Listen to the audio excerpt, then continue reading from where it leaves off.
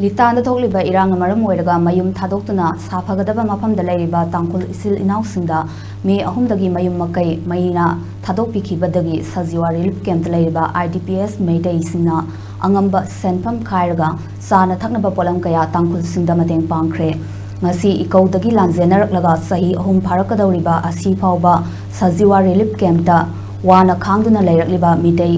IDPs singaduna cheng hawai tilhau thumna singba polam singadu Tangkhul singna leiriba relief camp aduda pinabagidamak tom singsang organization ge khuthangda mateng adu pangkhibani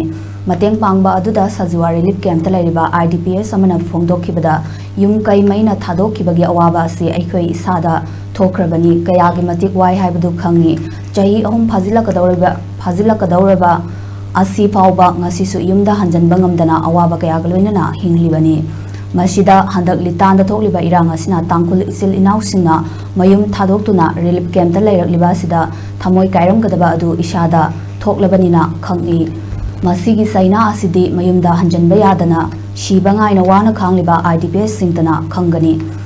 Jingmina mayambani tampaki Meetei na manawni haiba puwarigi Meetei adubusu puwarigi wari adubusu ningsingduna aikoina phana leitaba yum phawba sangba yadana leiriba misak ama oirabasu mayambana waraklaba matamdadi manaw aikoisu leiri haibadu khangnaba angamba khara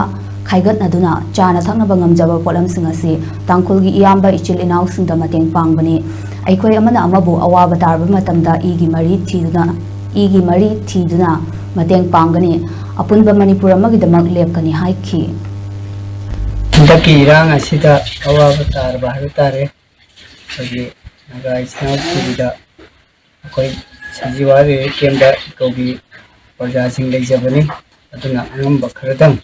awaba tarba matamjida koida awaba tarba matamda kanagumba mana lakpiraga ising lasabta su mateng papirakda akoida aduki matik harau jaba nungaiba phungtokhiba admaina awaba matare Tangkhul naga isnaw singna apet tajabada akoina angamba khitang mateng oina puraga lakjaraga mafum asida akoina angamba khara thinjarapni